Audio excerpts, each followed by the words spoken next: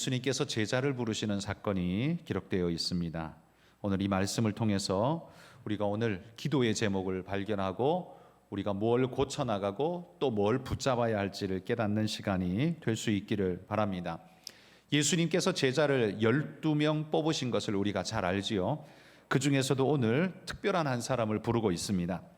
예수님께서 그곳을 지나가시다가 한 사람을 보게 됩니다. 그 사람은 마태라는 사람인데 이 사람은 지금 세관에 앉아 있습니다. 세관에 앉아서 뭘 할까요? 세금을 거두고 있는 세리라는 말이죠.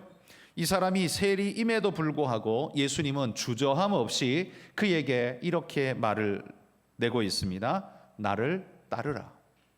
예수님의 이 말씀 안에 전혀 주저함이 없고 걸림돌이 없는 것을 발견합니다.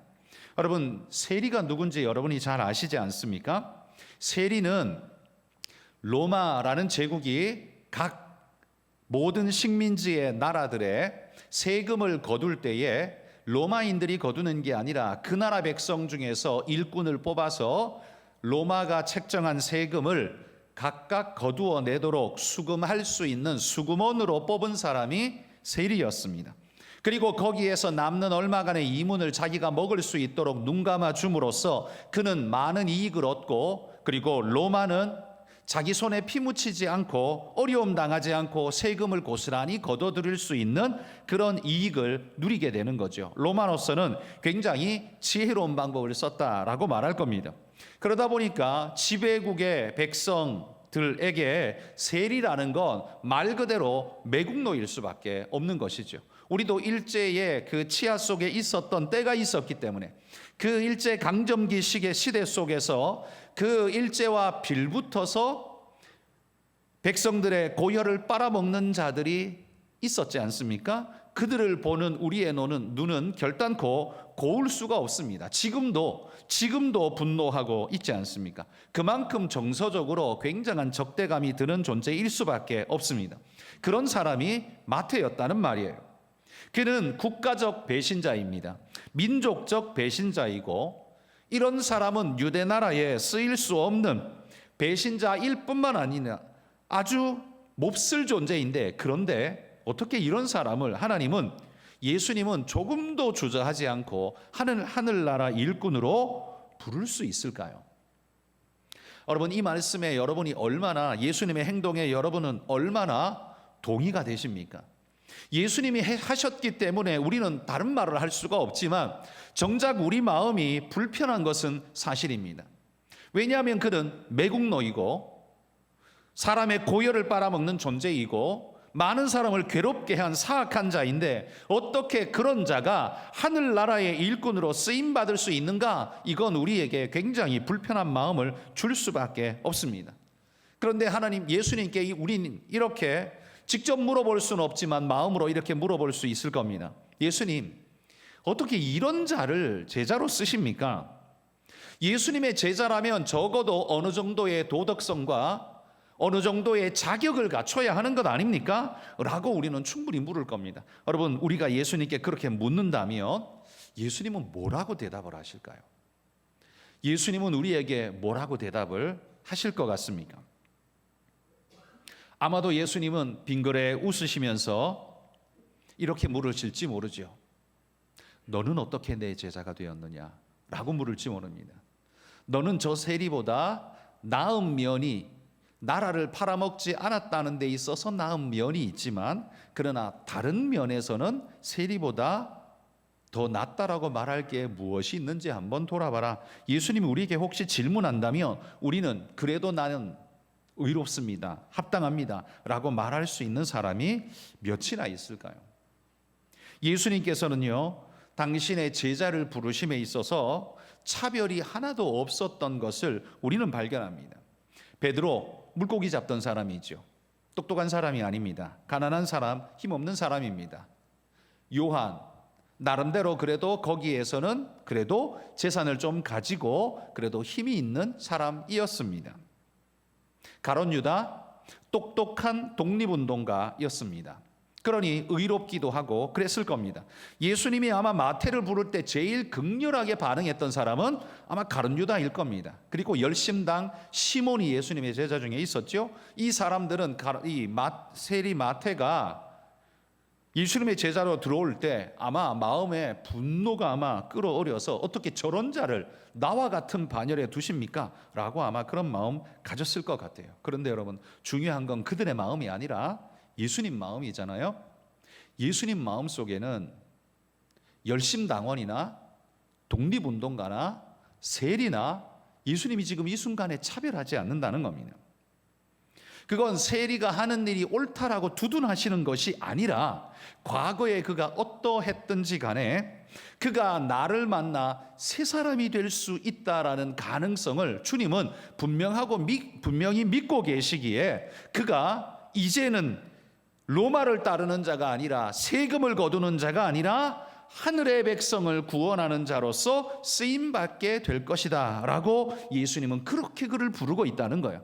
예수님은 과거에 그의 어떤 모습을 차별의 근거로 나눔의 근거로 제시하지 않고 오로지 그냥 예스하고 있는 그 모습을 우리는 볼 수 있다는 겁니다. 예수님의 제자의 선별 기준은 무엇일까요? 성경을 다 뒤져보십시오. 예수님의 제자 선별 기준은 없습니다. 없는 게 기준입니다. 똑똑하고 잘난 것도 따지지 않으시고 가지고 못 가진 것도 따지지 않으시고 애국자와 매국노도 따지지 않으시고 돌아보면 예수님의 12제자 중에 그 제자들의 그 하나하나의 모습들이 바로 예수님은 아무런 차별을 두지 않으신다는 대표적인 모습이라고 생각됩니다. 여러분, 그러기에 저와 여러분이 오늘 이 자리에 앉아 있는 것 아니겠습니까? 그런데 여러분, 문제가 뭡니까? 우리는 예수님을 믿는 데까지 나오고 내가 구원 얻는 데까지 내가 예수님 앞에 차별 없이 하나님의 제자로 하늘나라 백성으로 여기 부름받았다는 사실까지는 감격합니다. 그런데 구원받은 나, 이 교회의 일꾼된 사람, 직분을 가진 자, 이 교회에 수십 년간 다닌 사람이라는 생각으로 내가 예수님 앞에 마주보고 있을 때가 아니라 돌아서서 사람들을 바라보고 있을 때 그때 나는 어떤 선택의 기준이 작동합니까? 너는 우리 교회에 들어올 자격이 없어. 너는 너 같은 자가 어떻게 교회에 들어올 수 있어? 예를 들면 동성애자. 네가 어떻게 교회에 들어올 수 있어? 여러분, 예수님이라면 동성애자를 교회로 들이셨을까요? 문전박대를 하셨을까요? 만약에 예수님이 동성애자를 문전박대하셨다면 결단코 세리를 자기 제자로 들이시는 일은 결단코 없었을 겁니다. 예수님은 동성애를 동조하기 때문에 두둔하기 때문에 그를 받아들이는 게 아니라 과거에 너가 어찌했든 지금 네가 예수 그리스도를 믿고 주님 앞에 나와 은혜를 구한다면 나는 너에게 팔을 벌려 환영하고 맞아들이리라 하는 것이 예수님의 마음 아니겠습니까? 그게 오늘 세리 마태를 제자로 부르시는 예수님 모습 아니겠습니까? 이게 뭐 동성애를 이야기하니까 조금 예민하긴 합니다만 그뿐입니까? 그뿐입니까? 혹은 우리 교회에 전과자가 들어온다면 어떻겠습니까?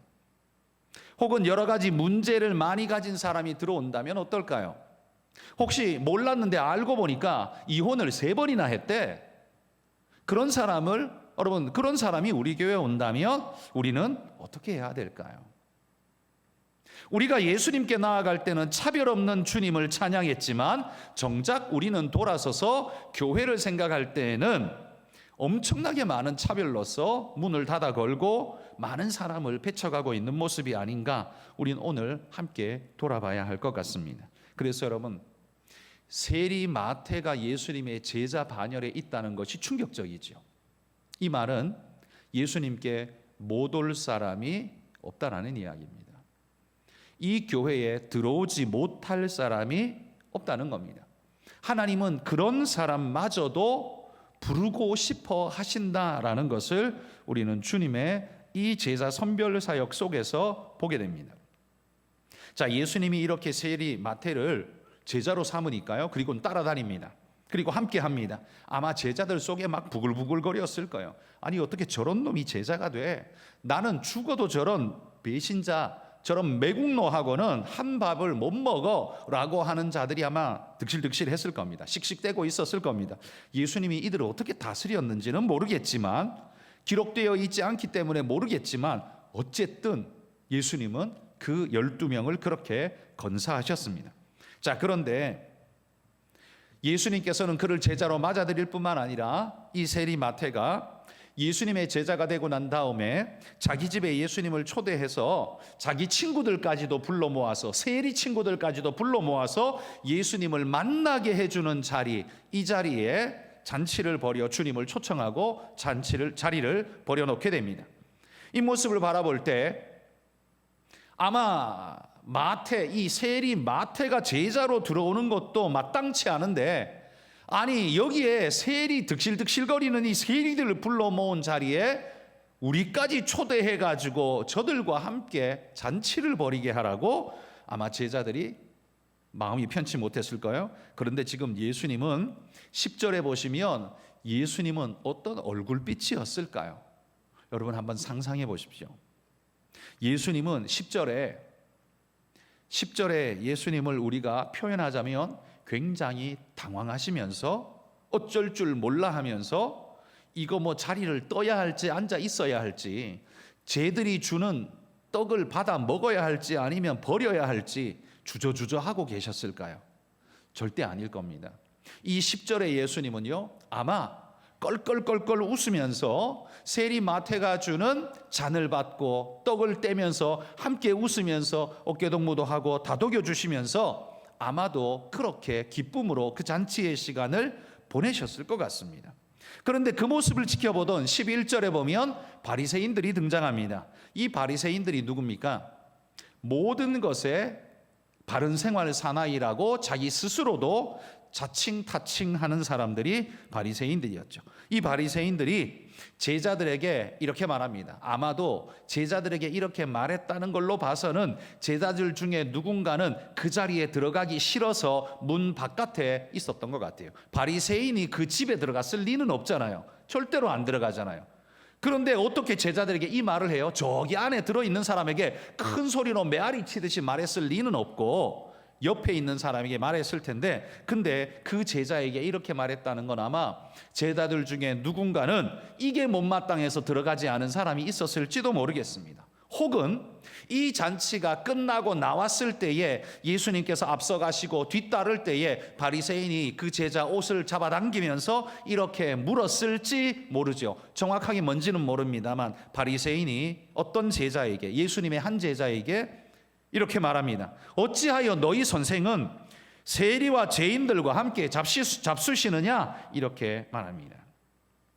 이 말 속에 어떤 뉘앙스가 들어있습니까? 이런 무리들과 함께 다니는 거 보니까 너희 선생이라고 말하는 자는 정말 하찮은 존재구만, 쓸모없는 존재구만, 이런 이야기를 하는 것 아닙니까? 한마디로 윤리의 기준도 없고 율법의 개념도 없는 그런 쓸데없는 존재, 한마디로 말하면 우리 조선시대 말로 치자면 한량 같은 존재 아니냐라고 비하하면서 이렇게 지금 말을 하고 있는 거죠. 죄인들과 함께 교류하는 너희 선생은 부끄러움도 없냐? 이렇게 말하는 거죠. 여러분, 이 말을 들은 제자는 어떤 마음이었을까요? 여러분들이 세상에서, 여러분 직장에서 누군가가 여러분을 붙잡고 이렇게 묻습니다. 교회는 왜 그 모양 그 꼴이야? 라고 말을 하는 순간, 뭐 때문에 말하는지는 몰라도 그냥 앞에 딱 내어놓는 말, 너희 교회는 왜 그 모양 그 꼴이야? 라고 말을 내뱉는 순간 우린 마음이 어떻습니까? 얼어붙어 버립니다. 무슨 말이 나올지 두렵고 긴장됩니다. 그리고는 쪼그라듭니다. 그리고는 변명하고 싶습니다. 아니야, 그렇지 않아. 다 그런 건 아니야. 걔들이 그런 거지. 교회가 다 그런 건 아니야. 그리고 아마 변명하고 싶은 마음이 굴뚝같이 드실 겁니다. 아마 예수님의 제자도 누군지 모르지만 이 사람도 아마 그러지 않았을까요? 그러나 예수님은 지금 뭐라고 말씀하십니까? 12절에 나오는 예수님의 말씀은 건강한 자에게는 의사가 쓸데없고 병든 자에게라야 쓸데있느니라. 너희는 가서 내가 긍휼을 원하고 제사를 원하지 아니하노라 하신 뜻이 무엇인지 배우라. 나는 의인을 부르러 온 것이 아니요 죄인을 부르러 왔노라. 우리 주님의 대답은 이거였습니다. 나는 병든 자를 구하러 왔기 때문에 병자들과 함께 하는 것이 이상한 것이 아니라 자연스러운 것이다. 너희 눈에 그게 이상하게 보이느냐? 내가 의원으로 생명을 구원하는 의원으로 왔는데 내가 멀쩡한 자하고 같이 다니면 그게 무슨 의미가 있느냐? 나는 병든 자, 죽어가는 자 그들을 살리기 위해서 왔느니라. 그러니 내가 그들과 함께 하는 게 이상한 게 아니라 당연한 거니라 라고 주님이 지금 말씀하는 겁니다. 예수님은 쫄지 않습니다. 예수님은 당당하십니다. 예수님은 당신이 뭘 하고 있고 뭘 하실지에 대해서 분명하십니다. 그리고 당신이 원하는 것, 그건 병든 자를 구원하는 이 일을 위해서 당신이 보여야 할 가장 중요한 모습은 긍휼이라는 걸 알고 계십니다. 제사가 아니에요. 윤리와 도덕이 아닙니다. 긍휼이다. 그게 앞서야 바로 저런 자들이 주님께로 나오고 구원을 얻을 수 있다라는 겁니다. 여러분, 우리도 교회가 범죄한 자들, 일명 윤리적 범죄한 자들이나 도덕적으로 우리가 부정하다 말하는 자들이나 아까 우리가 말했던 동성애 자들이나 이런 이들에게 우리는 뭐라고 말합니까? 그거 다 끊고 난 다음에 그 다음에 교회 들어와. 그전에는 절대 못 들어와 라고 하죠. 그러면 그 사람은 언제 들어올 수 있을까요? 못 들어오죠. 평생을 못 들어올 겁니다. 근데 우리는 걱정이 있죠. 뭐가 걱정입니까? 목사로서 저도 걱정입니다. 만약에 그 어떤 청년이 있어요. 동성애. 자, 어떤 청년이 있어요. 우리 교회에 왔어요. 마음에 변화를 가지고서 살아보고자 하는 열망이 있어요. 그런데 우리는 동성애자라는 말만 듣는 순간 마음에 근심과 걱정이 가득입니다. 무슨 걱정이 있어요? 아이고, 죄가 들어와서 우리 청년들 다 전염시켜버리면 어떡해? 우리 청년들이 전부 다 동성애가 되면 어떡해? 라는 걱정이 먼저 들기 때문에 우리는 그냥 끊어내는 게 그게 상책이다 하고 끊어내기에 급급하지 않습니까? 그런데 여러분 한번 생각해 봅시다. 저도 그런 걱정이 들어요. 왜 안 들겠습니까? 우리 청년들이 다 투철한 신앙인이라면, 잘 이겨낼 신앙인이라면 문제가 안 되는데요. 그게 아니잖아요. 우리 청년들 중에는 신앙이 거의 가지 끝에 달려서 대롱대롱거리고 있는 청년들도 있잖아요. 건드리기만 하면 툭 떨어질 만한 그런 사람들, 그런 청년들 있잖아요. 그런 애들에게 얘가 다가가서 뭐라고 한마디만 하면 그냥 쑥 빨려 들어가 버릴 것만 같은 불안감이 우리 마음에 있잖아요. 그러니까 우리는 사전에 잘라버리는 역할, 전지가위 가지고 싹둑싹둑 잘라버리는 역할을 우리는 먼저 하지 않습니까? 그런데 오늘 이 예수님의 이 본문의 말씀을 보고 있노라면 예수님은 그러셨을까라고 한다면 절대 그러지 않으셨을 거라는 거죠. 절대 그러지 않으셨을 거나. 그러면 우리가 그들에게 바라보고 그들에게 요구하는 것, 네가 그 모든 나쁜 습성과 죄를 다 씻고 난 다음에 들어와라. 이건 마치 뭐와 같아요? 병자를 찾는 게 아니라 멀쩡한 자를 찾고 있는 게 교회가 돼버리는 거죠. 예수님은 그런 자를 찾으러 온 게 아니라고 말씀하는데 우리는 계속 멀쩡한 자만 찾고 있고 병든 자는 들어올 수 없고 내잘라버리는 이런 모습을 하고 있다면 우리야 말 그대로 제자가 아니지 않겠습니까? 우리가 해야 할 일이 무엇일까를 오늘 다시 한번 돌아봅시다. 여러분, 이 병든 자를 받아들이게 될 때 제일 먼저 가져야 되는 마음 자세가 뭘까요? 이 병든 자 중에 여러분 나병 환자 한번 생각해 보십시오.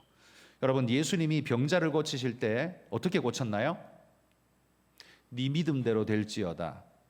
그러면 그냥 나아버렸어요. 네 믿음대로 될지어다. 그냥 나아버렸어요. 말씀 한마디에 다 나았어요. 그런데 특별히 성경에 보면 나병 환자를 고치실 때는 희한하게도 예수님이 손을 얹어 만지시면서 고치셨어요. 안 만져도 고칠 수 있잖아요, 예수님은. 그런데 왜 굳이 만지셨을까요? 예수님은 물리적 치료는 말씀으로도 가능합니다. 그런데 예수님의 터치, 예수님의 손길은 그의 심령까지, 감정까지, 마음까지 고치시는 겁니다. 그에게는 그게 꼭 필요하거든요. 말로만 해도 분명히 낫지만, 그러나 말로 안 고쳐지는 그의 마음에 상처받은, 많이 외롭고 상처받고 무시받아서 상처난 모습은 따뜻한 그 터치, 손길을 통해서만 치유될 수 있거든요. 그래서 예수님이 이 나병 환자에게는요, 꼭 손을 얹어서 기도해 주시는 은혜의 축복이 있습니다. 왜 그럴까요? 여러분, 이게 나병 환자에게 손을 얹을 때 나더러 저더러 하라 그래도 제가 잘 못할 것 같아요. 아마 손끝이 떨릴 것 같아요. 되게 벌벌벌 떨 것 같아요. 이거 이래도 되나? 그러면서 이러다가 옮는 거 아니야? 이런 생각 막 절로 날 것 같아요.